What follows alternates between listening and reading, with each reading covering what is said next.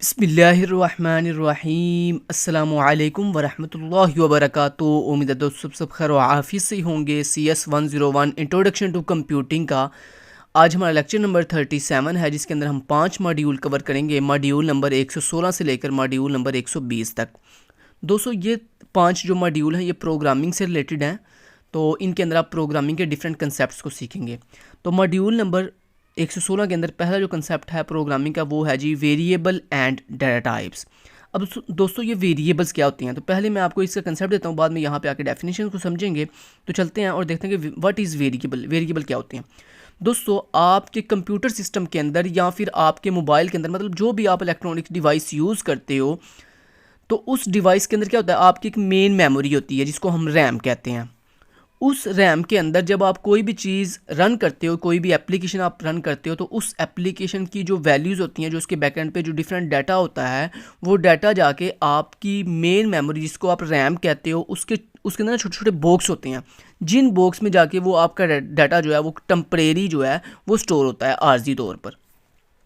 तो अब रैम में ना छोटे छोटे बॉक्सेस होते हैं वैल्यूज़ को स्टोर करने के लिए, कुछ इस तरह से ऐसे छोटे छोटे क्या होते हैं, बॉक्सेस होते हैं। और एक बात याद रखिएगा, एक बॉक्स के अंदर, रैम के एक बॉक्स में एक टाइम में सिंगल वैल्यू स्टोर होती है। अब आप वो किसी भी टाइप की वैल्यू उसमें स्टोर कर सकते हो, लेकिन जिस टाइप की आप वैल्यू स्टोर करते हो वो हम पहले बता देते हैं कि हमने इस बॉक्स के अंदर इस टाइप की वैल्यू जो है वो स्टोर करनी है, ठीक है। अब दोस्तों आप मेमोरी के अंदर ये जो बॉक्स है, इस बॉक्स के अंदर जो वैल्यू स्टोर करते हो, तो आप इस बॉक्स का एक स्पेसिफिक नाम रख देते हो। लेट्स से आपने इसका नाम रख दिया ए, आपने इस बॉक्स का क्या नाम रखा, ए। अब दोस्तों ये जो आपने इस रैम के अंदर ये जो बॉक्स है जिसके अंदर हमने वैल्यू स्टोर करनी थी, इसका जो आपने नाम बताया है ए, दिस इज़ आ वेरिएबल। इसको प्रोग्रामिंग के अंदर हम क्या कहते हैं, वेरिएबल कहते हैं।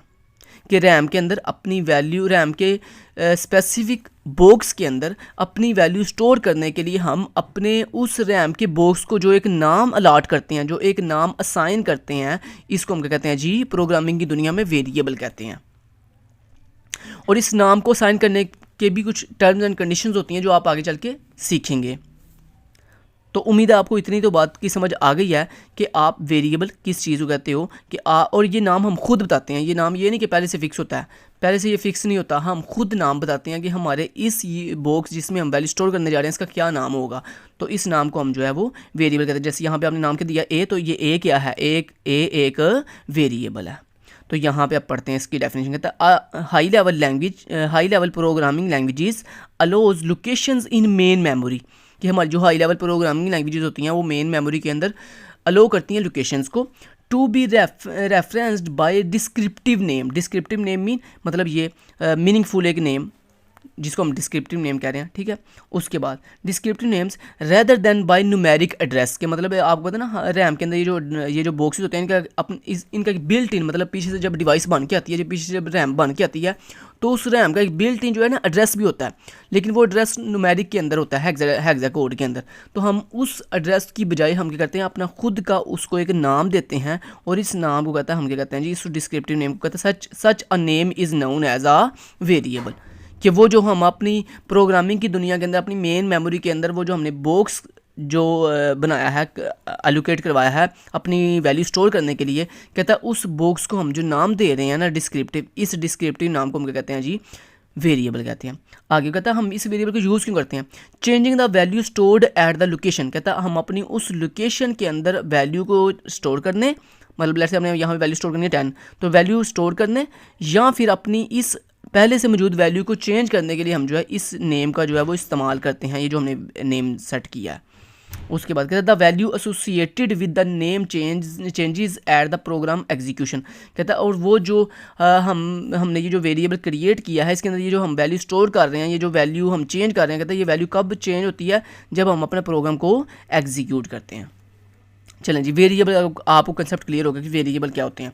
अब बात करते हैं डाटा टाइप्स की, कि व्हाट इज़ डाटा टाइप। कहता है प्रोग्राम, अब पहले इसकी डेफिनेशन समझ लेते हैं। कहता है programmer describe the type of data that will be stored at the memory location associated with the variable, such a type is known as a data type. अब इसका मतलब क्या कहता है जनाब, हमारे जो प्रोग्रामर होते हैं वो हमारी जब कोई भी वैल्यू रैम के अंदर स्टोर करते हैं, तो उस वैल्यू की टाइप भी बताती हैं कि इस वैल्यू की टाइप क्या होगी, या इस रैम के इस बॉक्स के अंदर हम किस टाइप की वैल्यू स्टोर करेंगे। मान लें जैसे मैं यहाँ पे इसकी एग्जांपल बताता हूँ आपको कि यहाँ पे डाटा में हम किसको कह रहे हैं। तो यहाँ पे मैं आपको दोबारा से यहाँ पे शेप बना के दिखाता हूँ। मान ली आपके पास इस तरह रैम के अंदर एक बॉक्स है जिसके अंदर आपने कुछ भी वैल्यू स्टोर करनी है, और आपने इस बॉक्स का जो नाम यानी वेरिएबल जो सेट किया है वो है let's say A B. Let's say आपने इसका नाम रखा ए बी। अब ए बी क्या है, ए बी यहाँ पे एक वेरिएबल है, ए बी आपके पास यहाँ पे वेरिएबल है। अब दोस्तों देन आप क्या करोगे, आपने इस बॉक्स में किस टाइप की वैल्यू स्टोर करनी है। आपने इसमें न्यूमेरिक वैल्यू स्टोर करनी है, आपने इसमें फ्लोटिंग वैल्यू स्टोर करनी है, आपने इसमें कोई करैक्टर स्टोर करना है अल्फ़ाबेटिकली यानी सिंबल जिसको हम कहते हैं, या फिर आपने इसमें एक बूलियन वैल्यू मतलब ट्रू या फाल्स स्टोर करना है। मान लो अगर दोस्तों आपने इसमें वैल्यू स्टोर करनी है 10, क्या स्टोर करना है आपने 10। तो 10 क्या, 10 एक इंटीजर नंबर है, 10 एक इंटीजर वैल्यू है।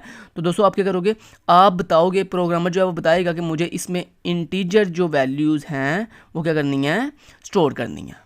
अगर उसने यहाँ पे पॉइंट वाली वैल्यू स्टोर करनी होती, मान लो उसने यहाँ पे स्टोर करना था 10.5। अब ये क्या है, ये एक डेसिमल वैल्यू है, तो उसने यहाँ पे टाइप बतानी थी कि मुझे इसमें फ्लॉट, मतलब प्रोग्रामिंग के अंदर दोस्तों जो आपकी C++ लैंग्वेज है इसके अंदर हम, या जो C लैंग्वेज होती है इसके अंदर हम जब भी कोई वैल्यू स्टोर करते हैं पॉइंट वाली तो उसको हम कहते हैं फ्लॉट डाटा टाइप की। इसकी डाटा टाइप जो है वो क्या है जी, फ्लॉट है। तो बेसिकली आप ये जो वैल्यू स्टोर कर रहे हो ये किस टाइप की वैल्यू है, इसको हम कहते हैं डाटा टाइप। ठीक है जी, समझ आ गई बात की। तो यही हमने यहाँ पे बात की थी कि हम जो डाटा स्टोर करते हैं उस डाटा की जो भी हम टाइप बताते हैं, डिस्क्राइब करते हैं कि मुझे इस डाटा की कौन सी टाइप होगी, या इस बॉक्स में किस टाइप की वैल्यू स्टोर करनी है, उसको हम क्या कहते हैं जी, डाटा टाइप कहते हैं। अब यहाँ पे वो कह रहा है हमारे पास डिफरेंट तरह की डाटा टाइप्स होती हैं। पहली होती है integer. Integer refers to numeric data, कि जो जनाब हमारे पास इंटीजर डाटा टाइप होती है ना प्रोग्रामिंग के अंदर, वो रेफर करती है किसको, न्यूमेरिक डाटा को, मतलब जैसे लाइक 1 2 3 4 5 6 7 8 9। ठीक है, ऐसे कहते हैं हमारे पास एक दूसरी डाटा होती है जिसको हम कहते हैं फ्लॉट, और ये फ्लॉट समटाइम्स कहते हैं हम इसको रियल भी कहते हैं, इस रियल डाटा टाइप भी कहते हैं। ये एमसीक्यूज में आपको पूछा जा सकता है। और कहता है फ्लॉट किसको रिप्रेजेंट करता है, stored in floating point notations, मतलब जब हमने कोई पॉइंट वाली वैल्यू स्टोर करनी हो, जैसे मैंने यहाँ पे आपको एग्जाम्पल दी थी, लेट्स से 10.5 लाइक 12.6 लाइक 3.5, मतलब जब आपने कोई भी डेसिमल फ्लोटिंग पॉइंट वाली वैल्यू स्टोर करनी हो तो कहता है उसके लिए हम कौन सी डाटा यूज़ करते हैं, उसके लिए हम फ्लॉट डाटा टाइप का इस्तेमाल करते हैं। अब जैसे यहाँ पे देखें, यहाँ पे उसने, अब वो कहता है हम बिना प्रोग्रामिंग में इसको रिप्रेजेंट कैसे करते हैं, कहता है हम यहाँ लिखते हैं इंट आगे अपने वेरिएबल का नाम। तो अब बेसिकली यहाँ पे क्या मैं आपको यहाँ बता देता हूँ, ये देखें ये जो इंट है ना, ये इंट बेसिकली आप टाइप बता रहे हो, डाटा टाइप बता रहे हो कि आपको जो है वो इंटीजर नंबर जो है वो स्टोर करने हैं। उसके बाद ये जो वेट लिमिट लिखा हुआ है ना, ये बेसिकली आपके वेरिएबल का नेम है, मतलब ये बॉक्स का नेम आप सेट कर रहे हो। जैसे मैंने यहाँ पे बॉक्स का नेम सेट किया ए बी, तो आपने यहाँ पे क्या नेम सेट कर रहे हो, वेट लिमिट। तो ये वेट लिमिट आपके वेरिएबल का नेम है, और ये जो इंट है ये आपकी डाटा टाइप है कि आपने इसमें इंटीजर टाइप की मतलब न्यूमेरिक वैल्यू जो है वो स्टोर करनी है। ठीक है जी, ऐसे ही देखें नीचे अब अगर हम इस एग्जाम्पल की बात करें तो इसमें क्या कह रहा है वो, इंट हाइट कामा विड्थ। इसमें वो कह रहा है जनाब इंट क्या है, इंट बेसिकली आपकी डाटा टाइप है कि यानी आप बता रहे हो कि मुझे इंटीजर वैल्यू स्टोर करनी है। उसके बाद हाइट क्या, हाइट आपके वेरिएबल का नेम है, हाइट क्या आपके वेरिएबल का नेम है, मतलब आपके बॉक्स का नेम है जिसमें आपने डाटा स्टोर करना है, जैसे यहाँ पे ए बी है। ठीक है, और उसके बाद कॉमा उसने क्यों लगाया, कॉमा इसलिए लगाया क्योंकि उसने वो चाहता है यानी वो कह रहा है कि मुझे इंट टाइप के 2 वेरिएबल क्रिएट करना है। तो यहाँ पे हाइट एक वेरिएबल है और विड्थ जो है वो दूसरा वेरिएबल है। तो जब दोस्तों आप इस तरह एक लाइन के अंदर डाटा टाइप के बाद, मतलब जो भी आप डाटा बताना चाहते हो, इंट फ्लॉट कैट जो भी डाटा होती है, पहले डाटा बताते हैं फिर देन अपने वेरिएबल का नेम। तो जो अगर दोस्तों आप डाटा टाइप के बाद पहला वेरिएबल का नेम, देन आगे कॉमा लगा के देन एक और वेरिएबल नेम बताओ, तो उसमें क्या होता है, इसमें फिर आप इसका मतलब कह रहे हो कि मुझे इंट टाइप के 2 वेरिएबल बना दो। मतलब इससे क्या होगा, इससे आपकी रैम के अंदर 2 बॉक्स बन जाएंगे। मतलब इस तरह 2 बॉक्स बनेंगे रैम के अंदर, एक ये बॉक्स बनेगा, एक ये दूसरा बॉक्स बनेगा। पहले बॉक्स का नाम क्या आपने क्या रखा है, पहले बॉक्स का आपने नाम रखा है विड्थ, WIDTH विड्थ, और दूसरे बॉक्स का आपने क्या नाम रखा है, आपने उसका नाम रखा है हाइट। ठीक है, तो इस तरह आपने 2 बॉक्स बनानी है। देखो अब समझ यही बात की, और दोनों की डाटा आपने क्या रखी है, इंट, मतलब आप कह रहे हो इसमें मुझे इंट टाइप की वैल्यू स्टोर करनी, मतलब लाइक 12, लाइक यहाँ पे आपने क्या दिया 45। ठीक है, समझ आइए अब बात की। तो ये मतलब है यहाँ पे। उसके बाद अगर हम इस एग्जाम्पल की बात करें तो इस एग्जाम्पल में आप क्या कर रहे हो, इसमें इंट क्या है आपकी डाटा टाइप है, विड्थ लिमिट क्या है आपके वेरिएबल का नेम है यानी आपकी बॉक्स का नेम है, और आगे इक्वल लगा के 100 क्या मतलब क्या, यानी आप कह रहे हो ये जो 100 वैल्यू है ना, ये इक्वल दोस्तों क्या करता है, ये जो इक्वल का साइन होता है ना, इसको हम कहते हैं असाइनमेंट ऑपरेटर। ये क्या करता है, ये आप राइट साइड पे जो भी वैल्यू लिखते हो ना, इसको उठा के इस वेरिएबल में स्टोर कर देगा। इस वेरिएबल में स्टोर करने का मतलब क्या है कि इस वैल्यू को उठाकर ये जो आपने वेट लिमिट नाम का वेरिएबल बनाया है, मतलब जो बॉक्स बनाया है, उस बॉक्स में जाके क्या स्टोर हो जाएगा। जैसे मैंने यहाँ पे 12 स्टोर किया ना, तो आप यहाँ पे क्या स्टोर कर रहे हो, आप कह रहे हो 100। तो ये मतलब होता है कि जब आप वेरिएबल के नाम के आगे इस तरह इक्वल लगा के आगे कोई ना कोई वैल्यू दे देते हो तो इसका मतलब होता है कि आप ये चाह रहे हो कि ये वैल्यू उठकर इस मेरे वेरिएबल के अंदर यानी इस बॉक्स के अंदर जाके क्या हो जाए, स्टोर हो जाए। चलिए next, other common data types include character and Boolean. कहता है इसके अलावा इंटीजर, हमने ऊपर 2 डाटा पढ़ी हैं कौन कौन सी, इंटीजर और फ्लॉट, ठीक है। इसके अलावा कहता है हमारे पास और भी 2 डाटा टाइप्स होती हैं, एक होती है कैरेक्टर, ठीक है, और दूसरी होती है बूलियन।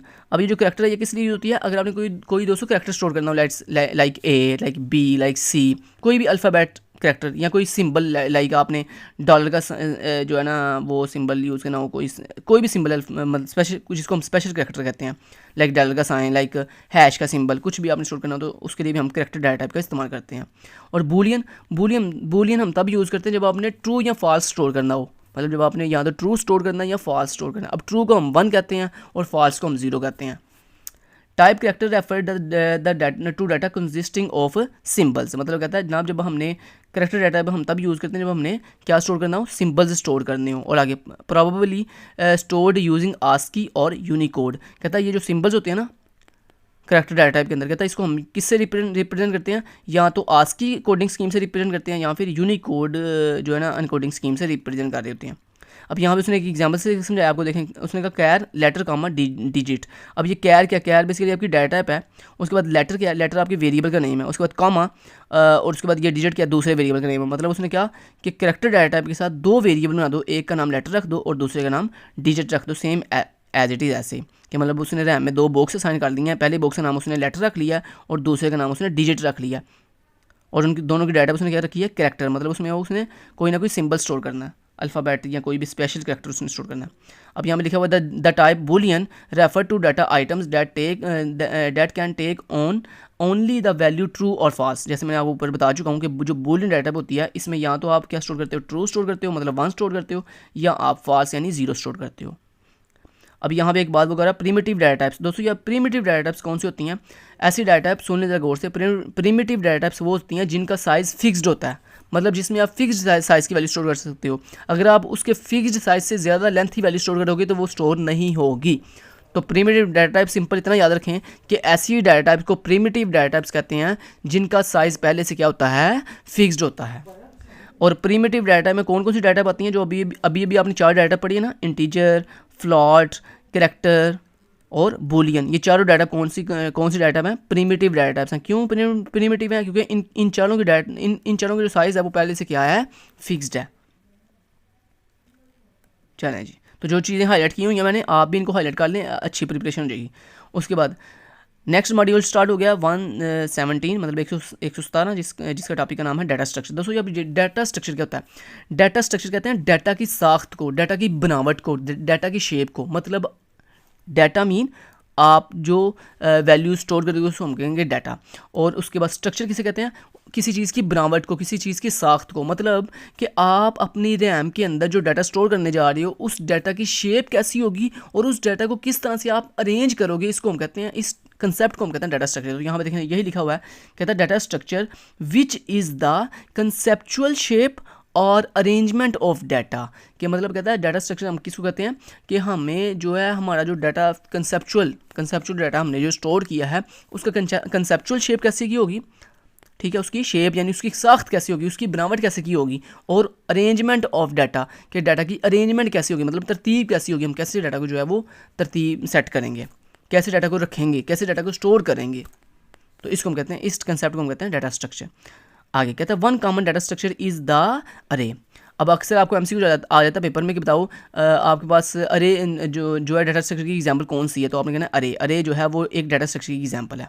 अब दोस्तों अरे क्या होती है, अरे होती है कलेक्शन ऑफ वैल्यूज जिसमें मल्टीपल, बस आप अभी इतना याद रखेंगे क्योंकि आगे चल के ना आप ये कंसेप्ट मजीद अच्छे से पढ़ोगे, जो आपके एडवांस सब्जेक्ट आएंगे ना CS201 and CS301 and CS304, उसमें अब चल के आप मजीद इसको अच्छी चीज़ों को पढ़ोगे। अभी सिर्फ इतना याद रखो कि अरे जो है वो एक डाटा स्ट्रक्चर है। ये आपको एमसीक्यूज में आ सकता है कि आपको पूछा जा सकता है कि डाटा स्ट्रक्चर की आप कोई सी एग्जाम्पल बताएं, नीचे 4 ऑप्शन होंगे तो आपने वहाँ पे एरे चूज़ करना है कि एरे एक डाटा स्ट्रक्चर है। एक चीज़, दूसरी चीज़ ये कि एरे कहते हैं किसको है दोस्तों, प्रोग्रामिंग के अंदर एरे कहते हैं कलेक्शन ऑफ वैल्यूज़ को। जब आप एक जो है ना सेम टाइप की मल्टीपल वैल्यूज़ जो है वो कलेक्ट कर लेते हो, लाइक आपने 3 वैल्यूज़ कलेक्ट की, लाइक 10, लाइक इस तरह आपने कहा 10 और उसके बाद 20 एंड 30। अब यहाँ पे मुझे बताएं कितनी वैल्यूज़ हैं आपके पास, यहाँ पे 3 वैल्यूज़ हैं, 10, 20 एंड 30। तो ये क्या है, ये डिफरेंट वैल्यूज़ की क्या है जी कलेक्शन है हमारे पास। ये देखो ये हमारे पास कलेक्शन ऑफ वैल्यूज़ हैं। तो इस तरह दोस्तों कलेक्शन ऑफ वैल्यूज़ को हम क्या कहते हैं जी, एरे कहते हैं। अब एरे के अंदर आप सेम टाइप की वैल्यू स्टोर कर सकते हो। जैसे यहाँ पे देखो सेम टाइप मीन मतलब जैसे लाइक इंटीजर सेम टाइप है। जैसे ये देखो ये पहली वैल्यू क्या है, ये भी इंटीजर टाइप की है, ये दूसरी वैल्यू भी इंटीजर टाइप की है, ये तीसरी वैल्यू भी 30 एक इंटीजर टाइप की वैल्यू है। तो मतलब वो कहता है एरे के अंदर हम सेम डाटा टाइप की वैल्यू जो है वो मल्टीपल वैल्यू जो है स्टोर करते हैं। अब यहाँ पे उसने एक एग्जांपल दिया है, ये देखो यहाँ पे लिखा हुआ है इंट क्या है, इंट डाटा टाइप है। स्कोर्स क्या है, स्कोर्स मेरी एरे का नाम है। मतलब जिस तरह आपने ऊपर वेरिएबल का नाम पढ़ा था ना, ऐसे यहाँ पे ये वेरिएबल पढ़ा था ना ऊपर, ऐसे यहाँ पे ये जो स्कोर्स है ये मेरी एरे का क्या है जी, नाम है। कि जब भी मैंने एरे को रिप्रेजेंट करना होगा तो मैं क्या करूँगा, अपनी एरे का नाम बोलूँगा स्कोर्स। उसके बाद ये 2 क्या है, 2 बेसिकली मतलब है यहाँ पे कि उसकी 2 रो बना दो। और 9 का मतलब क्या है दोस्तों, कि ईच रो में 9 कॉलम बना दो। तो ये क्या करेगा, जब ये लाइन एग्जीक्यूट होगी ना तो ये क्या करेगा, ये रैम में जाके स्कोर्स नाम की एक एरे बना देगा जिसकी डाटा टाइप इंट होगी, मतलब उसमें इंटीजर टाइप की वैल्यू स्टोर होंगी, न्यूमेरिक टाइप की वैल्यू स्टोर होंगी। और 2 क्या है, 2 बेसिकली उसकी रोज है, मतलब 2 रो बना देगा। मतलब रो कैसे कहते हैं, हॉरिजॉन्टल लाइंस को रो कहते हैं। तो वो 2 रोज बना देगा। और 9 का मतलब क्या है, 9 कॉलम्स, मतलब ईच रो के अंदर, मतलब 2 रो बनी है, पहली रो के अंदर भी 9 कॉलम बन जाएंगे, दूसरी रो के अंदर भी 9 कॉलम बन जाएंगे। कुछ इस तरह से अगर मैं आपको यहाँ पे बना के दिखाऊँ, यहाँ पे देखें कुछ इस तरह से, मतलब इस तरह से आपकी इस तरह 2 रो बन जाएंगी। इस तरह से मैं आपको बना के दिखाता हूँ यहाँ पे। तो ये देखें इस तरह 2 रो बन गई। ये देखें अब कितनी रो हो गई, 2। एक ये ऊपर वाली रो है कि ये नीचे वाली रो है। अब इसमें 9 कॉलम बन जाएंगे, इस तरह से 9 बॉक्स बन जाएंगे दोनों रो के अंदर इस तरह से। ये पहला कॉलम हो गया। उसके बाद इसी तरह ये दूसरा कॉलम हो गया। इस तरह चलते चलते 9 कॉलम बन जाएंगे। तो मतलब ईच रो के अंदर, मतलब पहली रो में भी देखो 1 2 3 4 5 6 7 8 9 कॉलम होंगे, 9 बॉक्सेस होंगे। और दूसरी ये जो नीचे वाली सेकंड रो है इसके अंदर भी 9 बॉक्सेस यानी 9 कॉलम्स होंगे। ये मतलब है यहाँ पे। तो ये जो तरीका है ये C++ लैंग्वेज, ये सी लैंग्वेज में आप इस तरह से एरे बनाते हो। अब दोस्तों वो ये एग्जांपल दे रहा है ना आपको कि इंटीजर पूरा, ये इंटीजर क्या, यहाँ पे डाटा टाइप है। अब आप सोच रहे हो कि यहाँ पे ऊपर तो हमने शॉर्ट फॉर्म में इंट लिखा था, इंटीजर के लिए हमने INT लिखा था ऊपर, और यहाँ पे हम इंटीजर कंप्लीट लिख रहे हैं। ये भी डाटा टाइप है, ये भी डाटा टाइप है, फिर यहाँ पे ऐसा दोनों में डिफरेंस क्यों है दोस्तों? ये जो है C++ लैंग्वेज या फिर सी लैंग्वेज में हम ऐसे लिखते हैं। लेकिन जो ओल्ड लैंग्वेज थी ना फोर्ट्रन, उसके अंदर हम इस तरह से पूरा लिखते थे। डाटा टाइप इंटीजर अगर हमने लिखने होती थी तो हम पूरा ये कंप्लीट लिखते थे। क्योंकि दोस्तों हर लैंग्वेज का अपना अपना कंसेप्ट होता है। तो सी लैंग्वेज में या C++ में आप इस तरह से अरे बनाते हो, और अगर आपने फोर्ट्रन लैंग्वेज के अंदर बनाना तो फिर आप इस तरह से इंटीजर डाटा के लिए पूरा इंटीजर लिखते हो। उसके बाद स्कोर्स आपकी अरे का नाम है, और उसके बाद राउंड ब्रैकेट के अंदर आप पहले रो बताते हो, फिर कॉमा लगा के कॉलम बताते हो। तो ये 2 के आपकी नंबर ऑफ रोज हैं और 9 के आपके नंबर ऑफ कॉलम्स हैं। चलें जी, अब यहाँ भी देखो वो एक चीज़ आपको बता रहा है, क्या कहता है, scores 2,4 in Fortran where indicate start at 1। मतलब अगर जनाब आपकी जो फोर्ट्रन लैंग्वेज है उसके अंदर जब हम कोई भी अरे बनाते हैं तो उस अरे की जो भी रो या कॉलम होता है ना वो स्टार्ट कहाँ से होती है, 1 से स्टार्ट होती है। 1 से स्टार्ट होती है। मतलब जैसे लाइक ये अब 2 रो है ना, तो इसमें पहली रो का नंबर क्या होगा, पहली रो का नंबर होगा 1, पहली रो का नंबर क्या जी 1। इस तरह से ये फोर्ट्रन लैंग्वेज के लिए बता रहा हूँ, ये बात याद रखिएगा। उसके बाद दूसरी रो का नंबर क्या होगा 2। इस तरह जो आप कॉलम बनाया आपने, इस कॉलम का नंबर भी पहला क्या होगा 1, फिर उसके बाद इस तरह दूसरे कॉलम का 2। इस तरह से ये फोर्ट्रन लैंग्वेज के लिए। लेकिन दोस्तों अगर आप काम कर रहे हो C या C++ लैंग्वेज के अंदर तो फिर स्टार्टिंग जो है 1 से नहीं होती, फिर स्टार्टिंग 0 से होती है।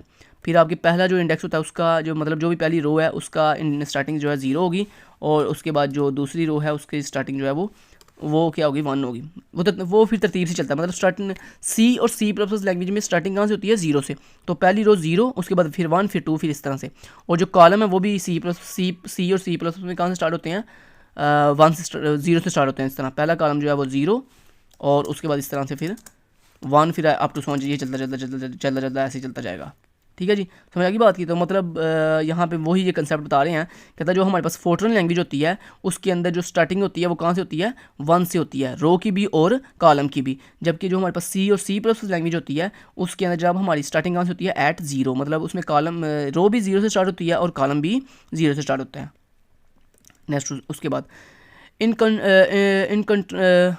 Contrast to at array in which all data items are the same type.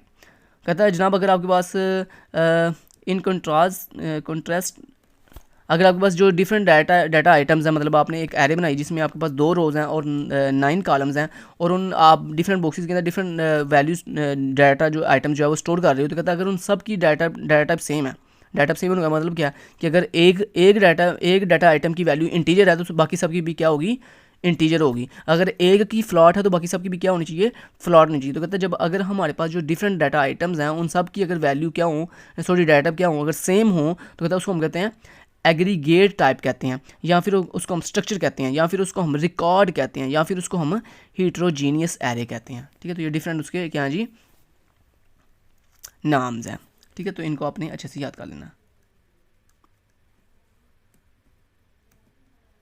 उसके बाद मॉड्यूल 118 असाइनमेंट स्टेटमेंट है। ये असाइनमेंट स्टेटमेंट मैं आपको ऊपर भी बता चुका हूँ। असाइनमेंट स्टेटमेंट दोस्तों कहते हैं इस इक्वल के सिंबल को, ये जो इक्वल सिंबल होता है ना इसको हम असाइनमेंट स्टेटमेंट कहते हैं। अब यहाँ पर लिखा हुआ कहता है assignment statement which request that a value be assigned to a variable. क्या मतलब जो कहता है हमारे पास असाइनमेंट ऑपरेटर यहाँ होता है ना, यहाँ ये जो असाइनमेंट स्टेटमेंट होती है कहता है इसका मतलब क्या होता है कि ये बेसिकली रिक्वेस्ट कर रही होती है कि ये जो राइट साइड वाली वैल्यू है ना ये उठ के कहाँ चली जाए, राइट की तरफ चली जाए, सॉरी लेफ्ट की तरफ चली जाए। ठीक है, अगर दोस्तों आपके राइट साइड पे कोई ना कोई वैल्यू लिखी हो, जैसे चलो मैं यहाँ पे एग्जाम्पल से आपको समझाता हूँ। यहाँ पे मैं एक एग्जाम्पल समझाता हूँ। मान लो अगर आपने इस तरह से लिखा हुआ है, आपने कुछ इस तरह से लिखा हुआ है a = 20, आपने इस तरह से लिखा हुआ है। तो क्या मतलब है इसका दोस्तों मतलब ये है कि ये जो a है ये एक वेरिएबल है, ये 20 एक क्या है, वैल्यू है, और दरमियान में असाइनमेंट ऑपरेटर लगा हुआ है। अब ये असाइनमेंट ऑपरेटर क्या करेगा, ये इस 20 को उठाकर इस a वेरिएबल के अंदर क्या कर देगा, स्टोर कर देगा।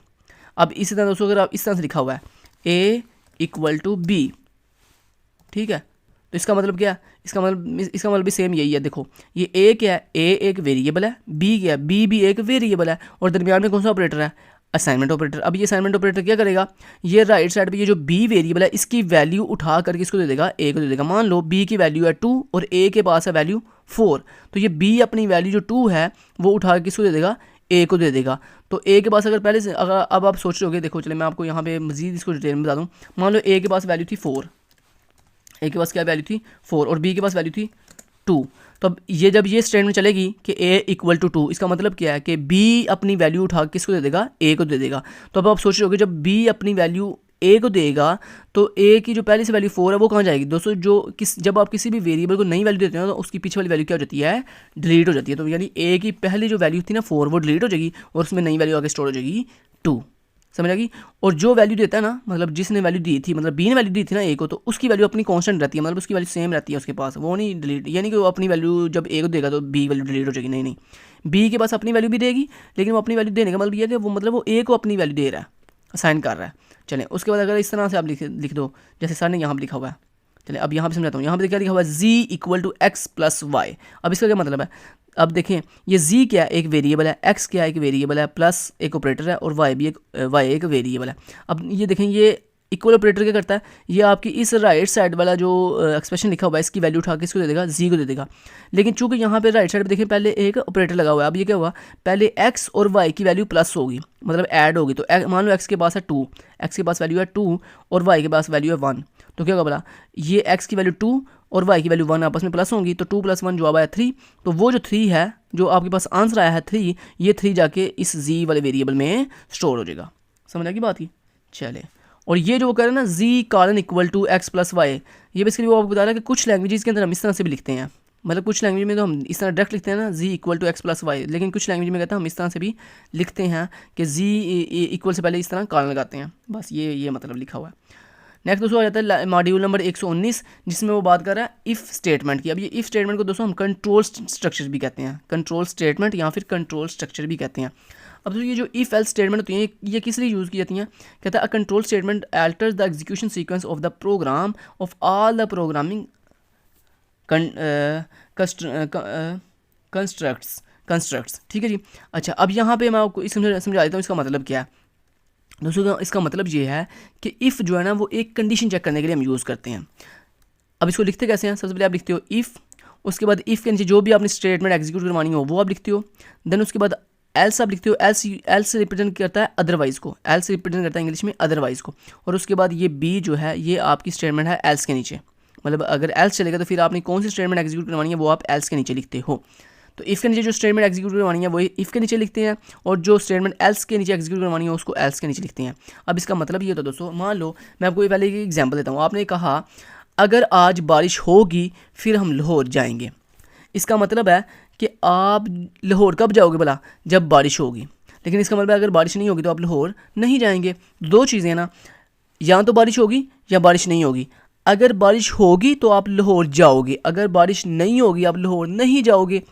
तो देखो यही चीज़ हम यहाँ पे लिखते हैं इफ़ में। तो आपने इफ़ में क्या लिखा, टुडे इज़ रेनिंग, कि अगर आज बारिश हुई, देन इसका मतलब क्या गया, I will go to Lahore. मतलब इफ़ के नीचे आप क्या लिखोगे फिर, I will go to Lahore. चलिए मैं अगर आप यहाँ पे लिख के दूँ आपको, तो ये कैसे लिखोगे आप लिखोगे इफ़ टुडे, अच्छा इफ़ क्या गया ना, इस तरह अपनी कंडीशन लिखने के लिए ना इस तरह राउंड ब्रैकेट लगाते हैं। अपने आप आगे लिखा आपने क्या, टुडे, आप जो भी मतलब आप कंडीशन लगाना चाहते हो, तो आपने क्या लिखा, इफ़ अगर टुडे इज़ रेनिंग, कि अगर आज बारिश होगी, देन क्या होगा फिर, मतलब अगर फ़र्ज़ करें अगर बारिश हो जाती है आज, तो फिर क्या आप क्या चाहते हो, आप चाहते हो I will go to Lahore. ठीक है, ये आपने लिख दिया इस तरह से। अदरवाइज़ अगर ये बारिश नहीं होती तो फिर आप क्या करोगे, फिर आप दोस्तों इस तरह एल्स में चले जाते हो। ठीक है, तो मतलब एल्स पोर्शन समझे, एक अल्टरनेट पोर्शन, मतलब अदरवाइज पोर्शन होता है कि अगर इफ़ नहीं चलेगी तो फिर क्या चलेगा, एल्स चलेगा। तो फिर आपने क्या कहा, फिर आपने कहा अगर मेरी जो कंडीशन है ये ट्रू नहीं होती तो फिर क्या हम आ जाएंगे एल्स में। जब हम एल्स में आएंगे फिर हमने कहा I will not go to Lahore. ठीक है, इस तरह से आपने लिख दिया। अब समझ आई बात कि इफ़ एल्स क्या होती है, कि इफ़ आपकी कंडीशन अगर वो ट्रू हो जाए तो फिर इफ़ के नीचे जो आप कोड लिखते हो वो एग्जीक्यूट होता है। अगर इफ़ ट्रू ना हो, मतलब फॉल्स हो जाए, तो फिर ये जो एल्स पोर्शन होता है ये एग्जीक्यूट होता है, और एल्स के अंदर आपने जो भी चीज़ लिखी होती है वो एग्जीक्यूट हो जाती है। अब यहाँ पे भी यही उसने कहा हुआ है कि इफ़ अगर कंडीशन ट्रू हो जाएगी तो ये वाली स्टेटमेंट ए चलेगी, अगर इफ़ कंडीशन ट्रू नहीं होगी तो फिर ये एल्स के अंदर जो बी स्टेटमेंट है ये एग्जीक्यूट होगी। और ये बात याद रखिएगा, एक टाइम में या तो इफ़ चलती है या एल्स चलती है, दोनों नहीं चलती। जैसे यहाँ पे देखें एग्जाम्पल में, या तो रेनिंग होगी या नहीं होगी, मतलब ऐसे होगा कभी कि रेनिंग हो भी रही या नहीं भी हो रही, ऐसा नहीं होता। मतलब या तो रेनिंग होगी या नहीं होगी। तो यही वजह कि या तो इफ़ चलती है या एल्स चलती है, दोनों सेम टाइम पे इकट्ठे नहीं चल सकती। तो अब देखें यहाँ पे जैसे सर ने एक एग्जाम्पल समझाया, कहते हैं if marks greater or equal 50, के मतलब अगर जो है स्टूडेंट के जो मार्क्स हैं अगर वो 50 से ज़्यादा या उसके इक्वल होंगे तो फिर क्या होगा, फिर ये मैसेज डिस्प्ले होगा स्क्रीन पे, you have passed the examination, कि तुमने पास कर लिया है एग्जामिनेशन। अदरवाइज अगर जो स्टूडेंट के मार्क्स हैं अगर वो 50 से ज़्यादा या इक्वल नहीं होंगे तो फिर क्या होगा, फिर ये एल्स स्टेटमेंट चलेगी और फिर स्क्रीन पर लिखा हुआ आएगा you have failed the examination, कि तुमने एग्जामिनेशन जो है फेल कर लिया है। समझ लगी, ये होती है दोस्तों इफ एल्स कंडीशन। अब नेक्स्ट चैप्टर मॉड्यूल 120 के अंदर भी सेम इसी इफ एल्स स्टेटमेंट की बात हो रही है। तो इसमें फिर सारे एक एग्जाम्पल से आपको समझा रहे हैं। देखें फ्लॉट क्या, फ्लॉट डाटा टाइप है, एफ जो है मेरी वेरिएबल का नाम है, और इक्वल 3.5 का मतलब क्या है कि ये जो 3.5 है ये वैल्यू है, ये जो बेसिकली वैल्यू है ये उठ के इस आपके वेरिएबल एफ में जाके क्या हो जाएगी, स्टोर हो जाएगी।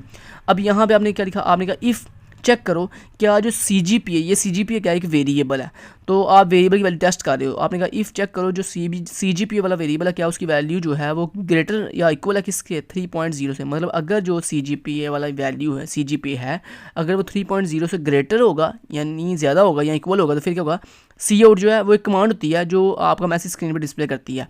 अब फिर अगर आपका जो CGPA है वो 3.0 से ग्रेटर और इक्वल होगा तो फिर ये मैसेज स्क्रीन पे डिस्प्ले होगा, गिव स्कॉलरशिप, कि आपने स्कॉलरशिप हासिल कर दिया।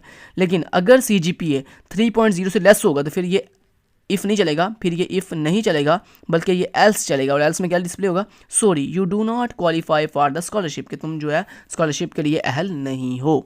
समझ लगी बात की। चलें जी दोस्तों, उम्मीद करता हूँ आपको ये 5 मॉड्यूल की बहुत अच्छे से बच्चों की तरह मैंने एक एक चीज़ आपको क्लियर कर दी है यहाँ पे सारे कंसेप्ट्स। तो मिलते हैं नेक्स्ट मॉड्यूल के अंदर। Thank you so much, till then guys, take care, अल्लाह हाफिज़।